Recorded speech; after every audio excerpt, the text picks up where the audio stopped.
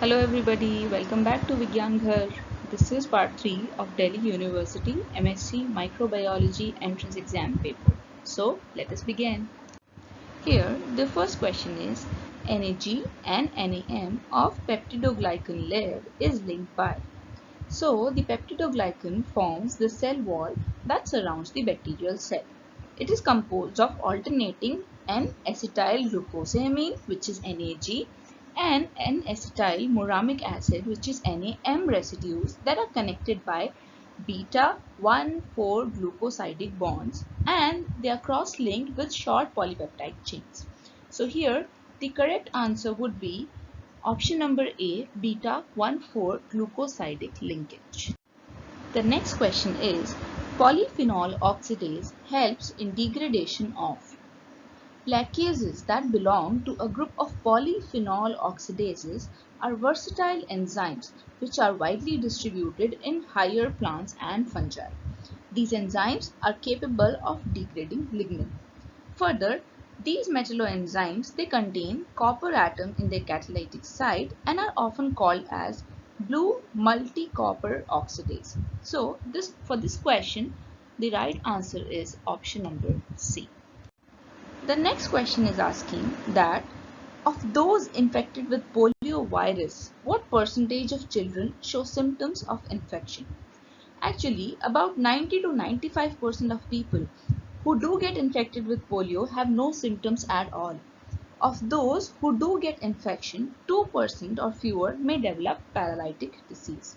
Symptoms may vary depending on the kind of polio and can vary from child to child. So the right answer to this question is option number A, 10%.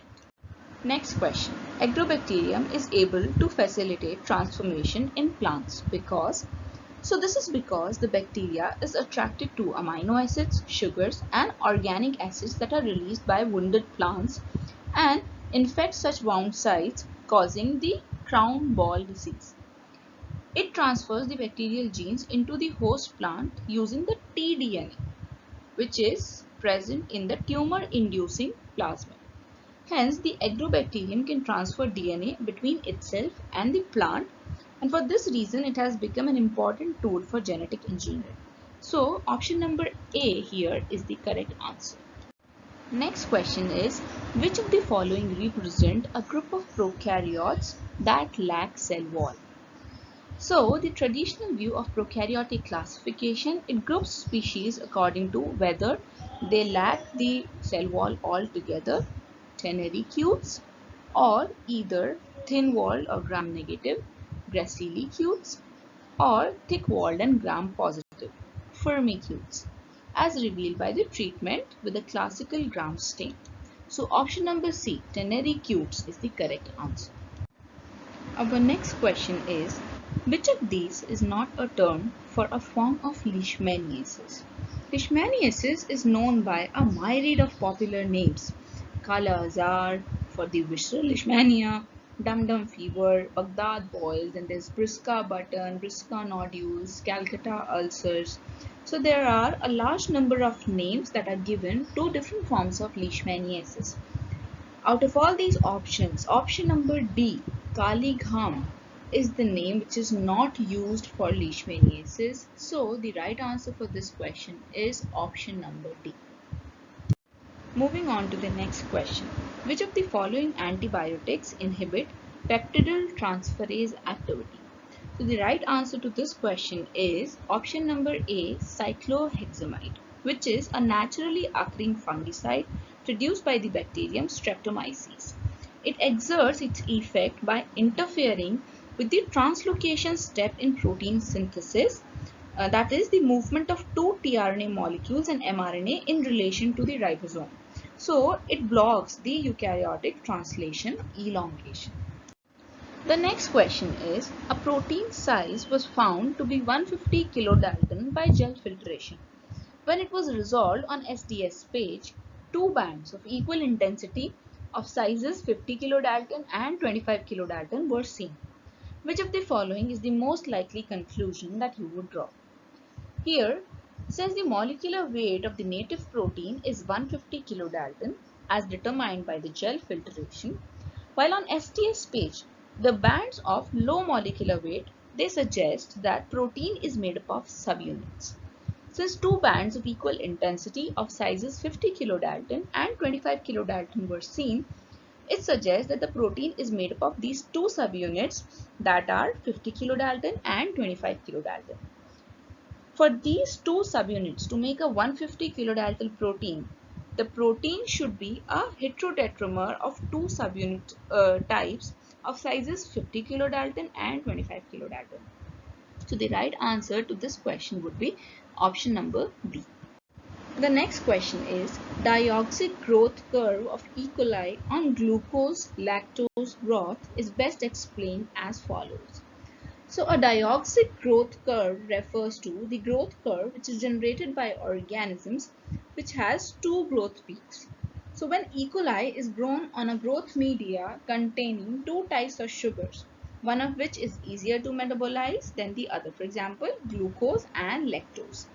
First, the bacterium will metabolize all the glucose and grow at a higher speed. This phase is the fast growth phase, since the bacterium is consuming the glucose excessively and is capable of rapid growth. Eventually, when the glucose is exhausted, the bacterium will begin to metabolize the lactose. So the second phase is a lag phase while the genes used in lactose metabolism are expressed and the observable cell growth stops. The lag phase on the growth curve is followed by another growth phase which is slower than the first one because this time it is using lactose as a primary energy source. Finally, a saturation phase is presented over the growth curve, and the reason behind this substrate preference is not clearly understood. However, the presence of glucose seems to catabolically repress the expression of most other catabolite operons such as the maltase or the lactose. Although option number A, E. coli uses glucose and lactose at different rates, and option number D, one sugar is used before the other are equally correct. But option number B, utilization of complex sugar is delayed as it is under catabolytic repression by glucose, best explains the unique curve. So the correct answer for this question would be option number B. The next question that we have is the enzyme that is responsible for negative supercoiling of prokaryotic chromosome is. So the right answer here is option number C, DNA gyrase. Gyrases are the only enzymes that have been shown to catalytically introduce the negative supercoil to relax the DNA. So the negatively supercoiled DNA gyrase, it decreases the linking number. So option number C is the correct answer. Pisatine detoxification in the pea plant by Nectaria haematococca is due to the production of the fungal plant pathogen Nectaria haematococca. It produces a pisatine demethylase enzyme that is responsible for detoxifying the phytoalexin pisatine produced as a defense mechanism by the host garden pea. So the correct answer to this particular question is option number A, pisatine demethylase.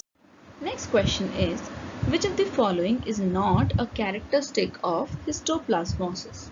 Histoplasmosis is an infection caused by a fungus called histoplasma. The fungus lives in the environment, particularly in soil that contains large amount of bird or bat droppings. Histoplasmosis is a non-contagious disease and it remains self-limited, but is contracted by inhalation of spores from the disturbed soil or guano. Also, some additional information. The acute phase of histoplasmosis is characterized by non-specific cough or flu-like respiratory symptoms. The chronic histoplasmosis causes and resembles to tuberculosis, and disseminated histoplasmosis can affect multiple organ systems and is fatal unless treated. So, person-to-person transmission is not a characteristic of histoplasmosis, and option number A is the correct answer to this question. Next, The process of sequencing the human genome in short pieces and then assembling the pieces together into whole genome sequence by overlapping reads is called. Here the correct answer is option number B, the shotgun sequencing. Shotgun sequencing essentially involves randomly breaking your entire genome into a lot of small pieces from 2 to 200 kb sizes and then reassembling the sequences by a computer program that finds the region of fragment overlap. Next question is, which one of the following processes does not generate ATP? Adenosine triphosphate or ATP can be synthesized in three ways. First, by oxidative phosphorylation, the process of synthesis of ATP via electron transport chain. Second, by substrate level phosphorylation, where energy is trapped directly from the substrate without the help of a complicated electron transport chain. And the third, by photophosphorylation, where light reaction harnesses energy from sun to produce a chemical bond and ATP during photosynthesis in chloroplast of plants. On the other hand, the Calvin Benson cycle allows the synthesis of one triose from 3 molecules of carbon dioxide. The Calvin cycle, it uses 18 ATPs and 12 NADPH molecule to produce one glucose molecule. So the correct answer for this particular question is option number B, the Calvin Benson cycle. Next question is, multiple drug resistant MDR TB is caused by the strain of M. tuberculosis that is resistant to.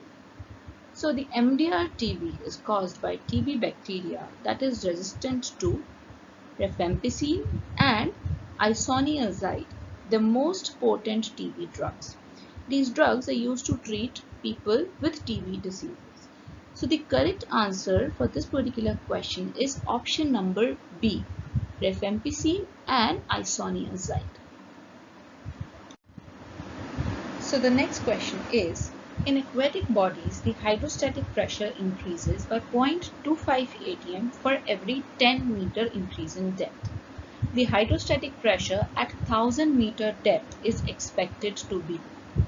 So in the aquatic bodies, the hydrostatic pressure increases as we go deep. So the deeper you go under the sea, the greater will be the pressure of water that is pushing you down. This is due to an increase in hydrostatic pressure, the force per unit area exerted by the liquid on an object. So here we know that initially the ground pressure P0 is 180. For every 10 meter increase in depth, the hydrostatic pressure increases by 0.25 atm, that is given. So for every 1 meter, there will be an increase in 0.025 atm.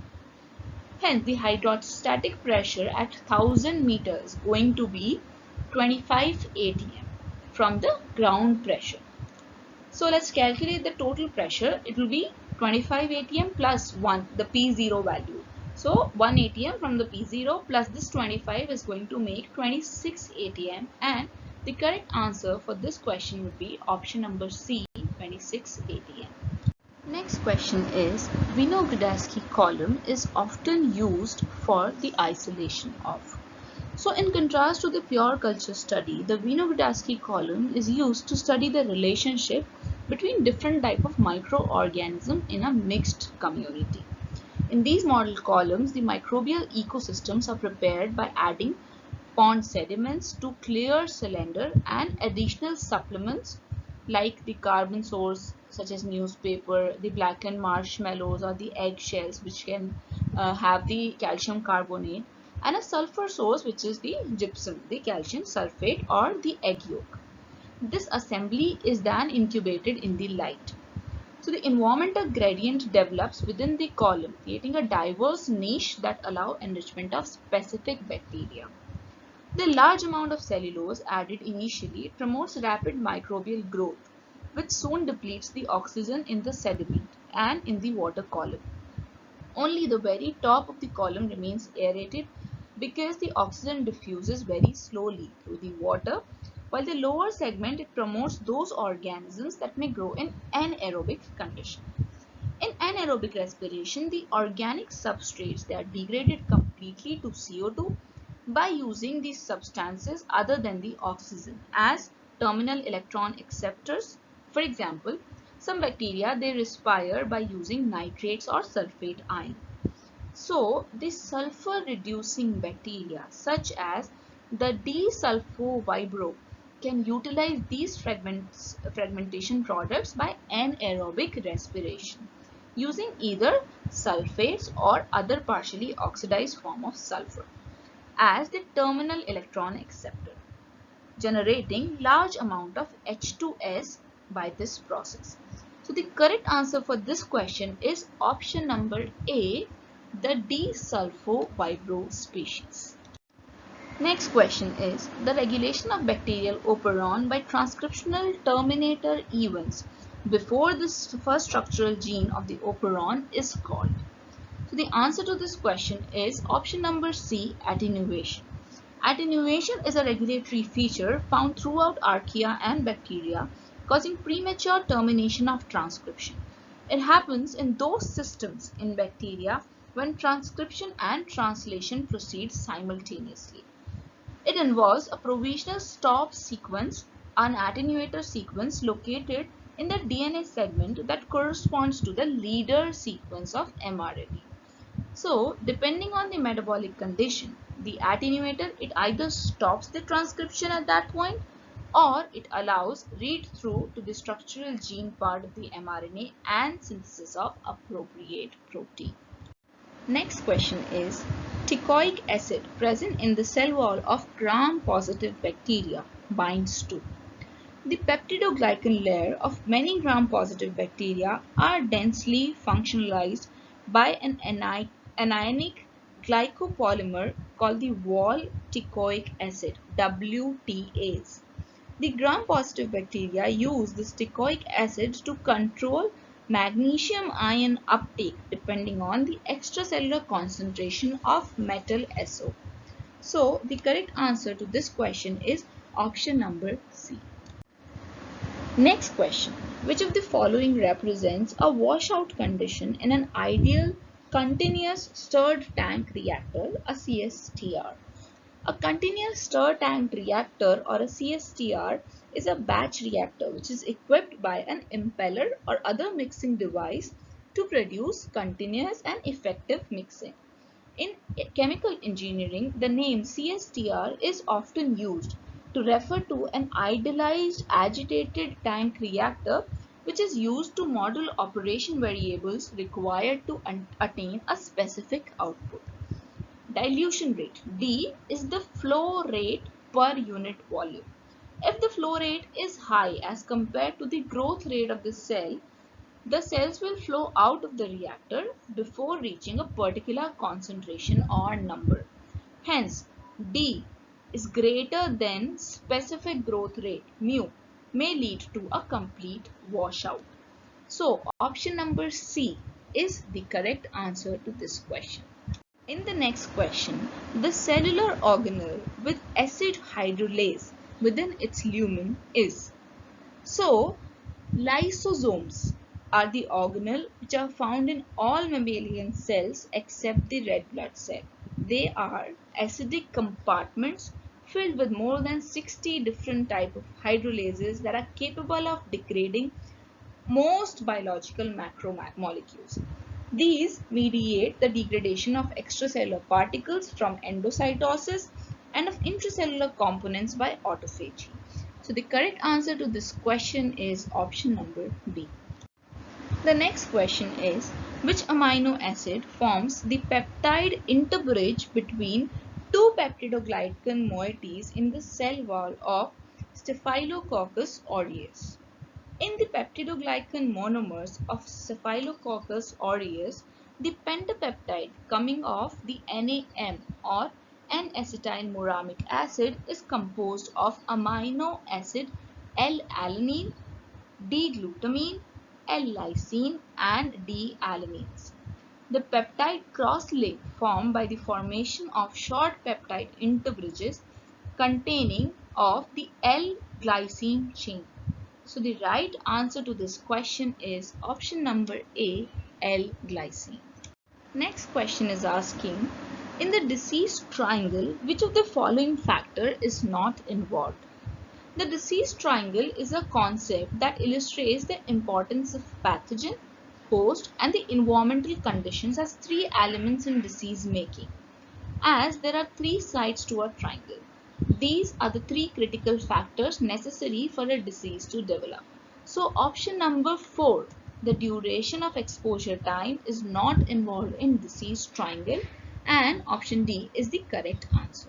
The next question is, human cell has 23 pairs of chromosomes.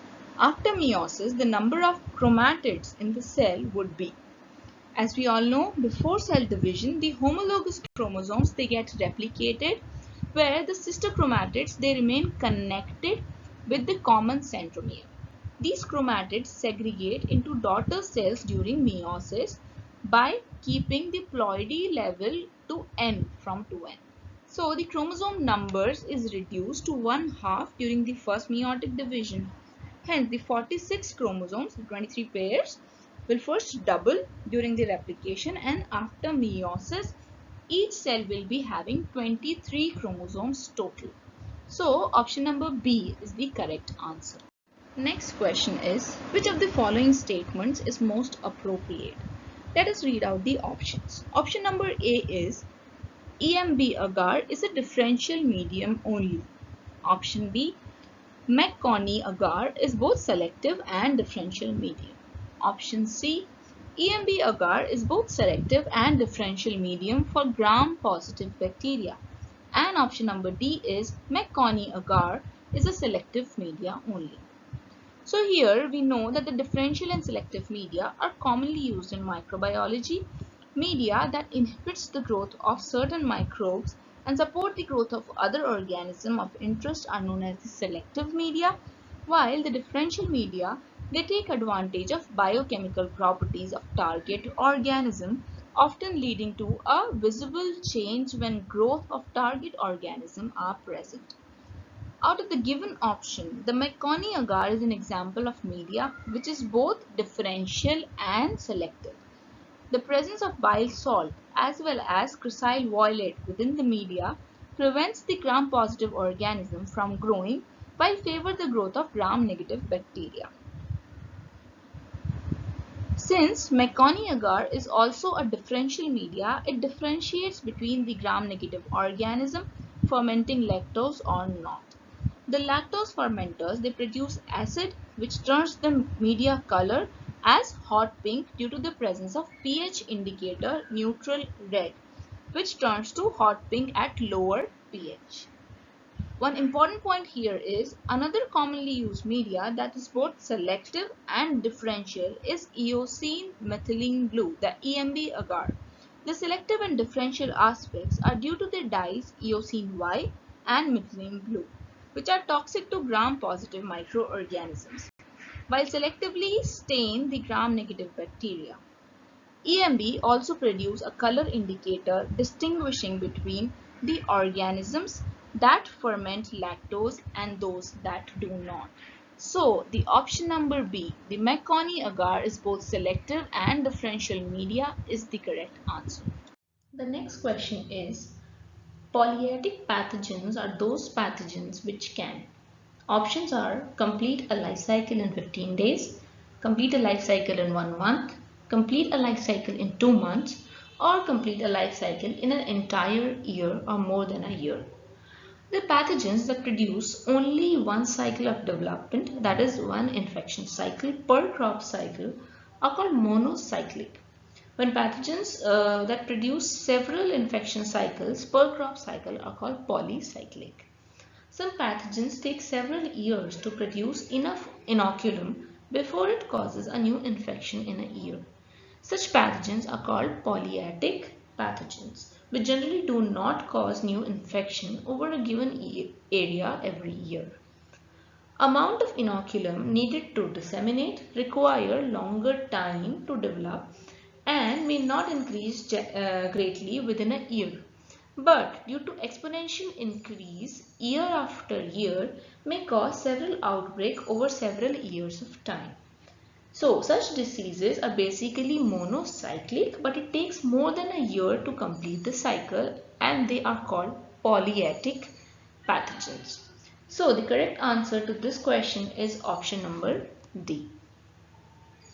Let us now move to the next question. Which of the following statements is true with reference to type 1 restriction enzymes? First, they require only ATP for cleavage. Second, they recognize bipartite sequences. Third, they cleave DNA at their recognition site. And last is methylate DNA only at cytosine residues. So these type 1 restriction enzymes, they are a group of restriction and modification enzymes that recognize a bipartite DNA sequence and display restriction endonuclease and methyltransferase activity. A typical bipartite sequence comprises of two half sequences that are separated by a gap. So these endonucleases, they generally cut DNA at random far from their recognition sequences and do not produce a predictable cleavage pattern. So the right answer to this question is option number B, recognize bipartite sequences. The next question is, which of the following is mismatched? Let's see. Here, option number C, the anaerobic gram-positive spore former bacillus. Actually, the gram-positive spore forming bacilli are Bacillus and Clostridium species. These bacilli are ubiquitous, and because they form spores, they can survive in the environment for many years. But the Bacillus species is an aerobe and the Clostridium species is an anaerobe. So option number C here is a mismatch and hence the right answer to this question. The next question is, the active ingredient of galtrol, a commercial biocontrol agent, is. Please note that the first bacterium, Agrobacterium radiobacter, strain K84, was registered as galtrol with the United States Environmental Protection Agency or EPA for the control of crown gall disease in 1979. So the correct answer to this question is option number B, the Agrobacterium radiobacter strain K84. Here, the next question is, after knocking out a gene when trying to study the effect of knockout on genome-wide gene expression, you would resort to. So, this particular question has two parts. First, when we perform a gene knockout, the expression of a specific gene is permanently prevented, and this kind of studies are done to understand the impact of the missing gene. The next part is, here we wish to perform a genome-wide gene expression. Several techniques like PCR, Northern analysis are good methods to determine the gene expression of a single knockout gene at a time. But techniques like DNA microarray, they allow the analysis of RNA product from thousands of genes at once. Hence, microarray offers the possibility to monitor the expression of knockout on genome-wide thousands of genes at once. And hence, the right answer to this question is option number C, DNA microarray. The next question is, which of the following methods is preferred for the long-term storage of animal cell cultures? The cooling and subsequent storage of frozen cell is a vital step in providing a continuous source of tissue and genetically stable living cells for producers such as the bone marrow transplant, the IVF, or the organ donation. So cryopreservation based on the freezing in liquid nitrogen is recognized as the most efficient method for maintaining a stable supply of various cell types for a long-term use. That makes option number A, liquid nitrogen, as the correct answer to this particular question. Next, Colletotrichum falciparum causes which of the following diseases? It is an important pathogen of sugarcane that causes the red rot disease. So, option number A, the red rot disease of sugarcane, is the correct answer. The next question is, mutation in which of the following lambda-phage genes or the regulatory elements would give rise to a clear plaque? In lambda, the mutation in three different genes C1, C2 and C3 were found to result in clear plaques. So out of the given options, option number A, C3 is the correct answer. So the next question is, which one of the following is an obligate intracellular parasite? The obligate intracellular parasites are those which exclusively replicate and survive inside the eukaryotic host cell.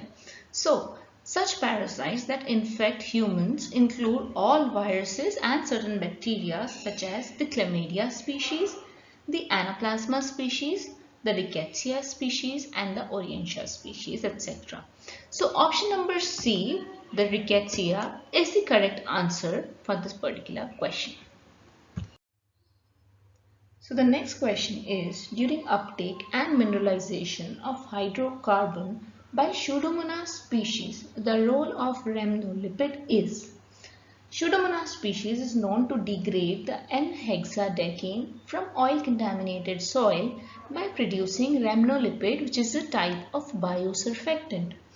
The rhamnolipids are surface-active glycolipids of microbial origin, which bring about the dispersion of hexadecane to smaller droplets, thereby increasing the availability of hydrocarbon to the degrading organisms. Hence, rhamnolipid is a biosurfactant, and option number D is the correct answer. Alright then, I hope the present content was beneficial for you. Please stay tuned to our channel for more such content, and do not forget to like it, share it with your friends and subscribe to our channel. Thank you.